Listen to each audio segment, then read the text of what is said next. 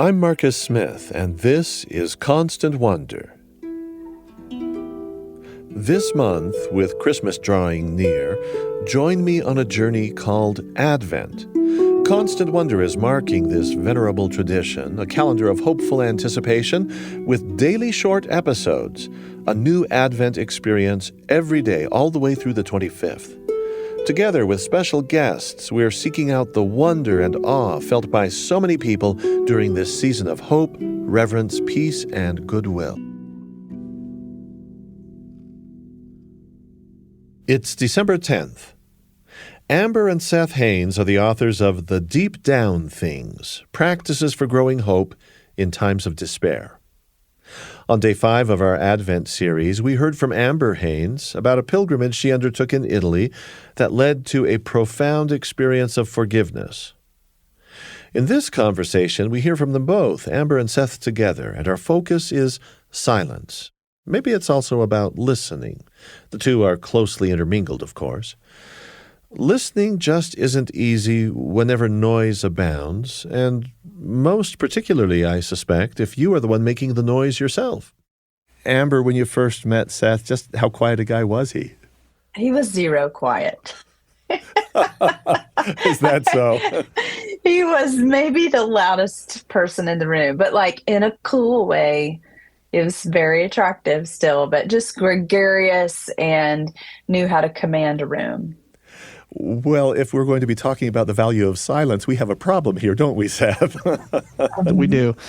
I also want to just build off what she said. I was also very dark and mysterious. That's why she was attracted to me, because I was so brooding and dark. And we do have a problem. I grew up Baptist, and man, I tell you, Baptist in the South means orchestras and pipe organs and a lot of loud screaming and hellfire and brimstone. And so again, it just kind of reinforced the cultural message that, to be in charge was to be loud. And all my early role models, whether it was religious role models or business role models or whatever, all of my early male role models definitely fit that mold of the big, gregarious, loud, authoritative figure.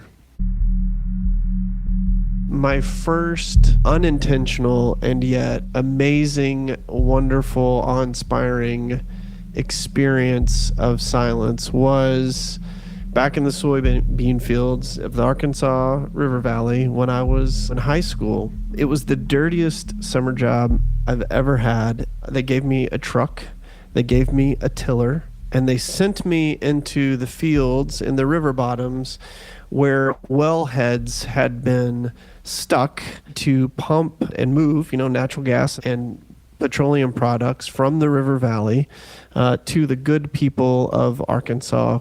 A wellhead is a very, very messy experience. It's nasty stuff, and it's thick, and it's muddy.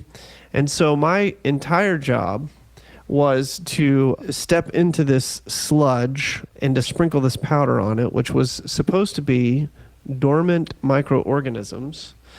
I was then to till those microorganisms into the ground. Those organisms were supposed to wake up and eat away the petroleum product in the dirt.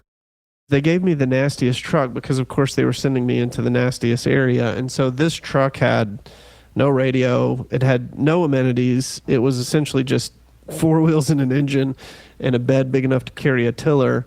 I did have a 90s Walkman, but I dropped it very early on, maybe the first or second week, into this sludgy material, which means it was completely ruined.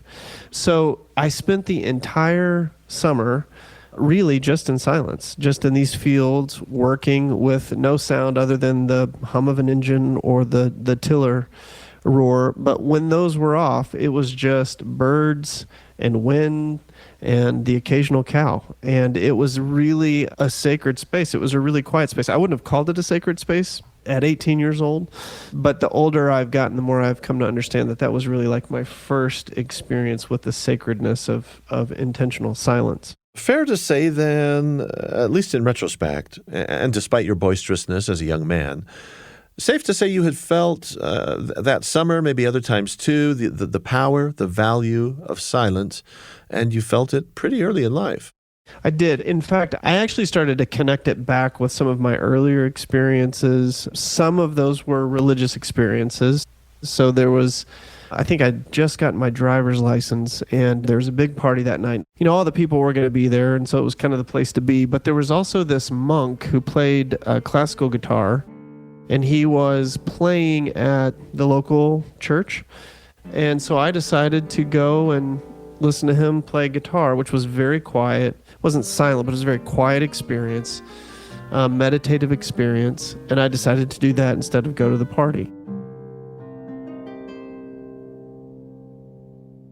Could you perhaps point to a more recent experience where you felt that same importance of quietness, and as you were attentive to the world around you, everything had a quality that could be described as spiritual? Yeah, I have a very poignant example of that. I just got back from a trip to Montana with a bunch of dear friends. We were fishing, and in the mornings, I would go out and sit in this sort of like campfire circle. There were some Adirondack chairs, and I have a dear friend named Mike, and Mike was on the trip. And these Adirondack chairs sort of overlook this beautiful valley that then gives rise to this enormous hill in Montana that is just stunning. And we were there 3 mornings. He came out every morning and sat next to me. Both of us had coffee, and we just sat there, didn't say a word to each other, just experienced the morning, experienced nature, experienced each other's presence without a single word.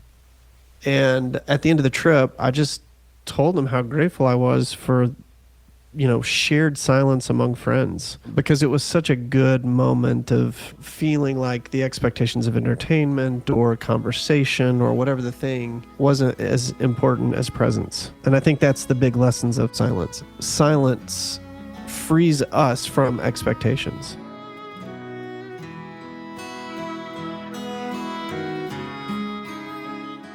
So, Amber, I'm going to take now Seth's experience of significant silence and bring that together with the spirit of Advent. So, here is some beloved Christmas music. I want to talk just a little bit about the lyrics of this song. "O little town of Bethlehem, how still we see thee lie. Above thy deep and dreamless sleep, the silent stars go by." And now I should probably say, when we first got going on this topic, Seth mentioned places as he was growing up where religious congregations would expect to hear a fair amount of noise.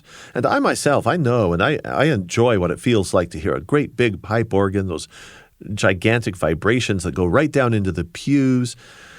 And of course, there are times and seasons for shouts of hallelujah and choirs and the pealing of church bells. I get that.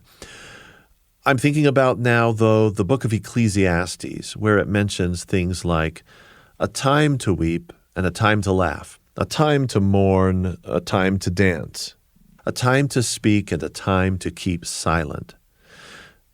I would love your thoughts right now about the significance of silence in your life, and not just silence, but the quality of sacred silence. We are Catholic, and so there is a small chapel to the side of our sanctuary, and it's called the Adoration Chapel, and it's perpetual adoration. And so it is for 24 hours a day, and we believe we are literally in the presence of God. And so you walk into a space that is designated for complete silence and adoration.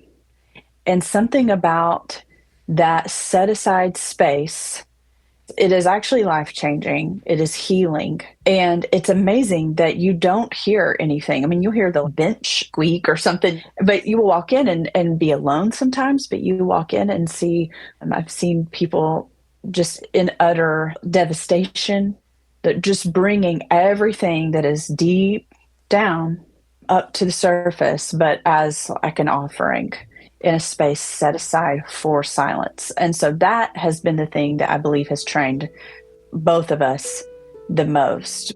When you are attending the bedside of someone who is sick, that space, is set aside for healing and is often really quiet. If you've ever attended a birth or a death, it is a very sacred, set aside space. And you go in there with a sense of both awe and wonder every single time, because there's a transition that is happening. What you walked into that room as is not what you walk out as. You're becoming someone new.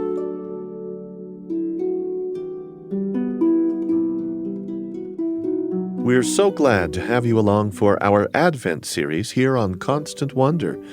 Our guests in this episode were Amber and Seth Haines, co-authors of The Deep Down Things, Practices for Growing Hope in Times of Despair. Eric Schultzke produced this episode with help from Mamie Teeples and sound design by James Call. There are earlier installments in the series. You may have missed a few, and you can always go back and listen to those at byuradio.org, Apple, Spotify, or wherever you get your podcasts. And speaking of times in life when there are moments or even seasons of silence, please join with us tomorrow for another vignette from the natural world. It's about a creature whose quiet approach to hibernation nearly defies the laws of physics. For 6 months, she will not draw air into her lungs. To survive a cold that would kill her or slow her so that predators would kill her, she slows herself beyond breath in a place where breath is not possible, and waits. I'm Marcus Smith. Constant Wonder is a production of BYU Radio.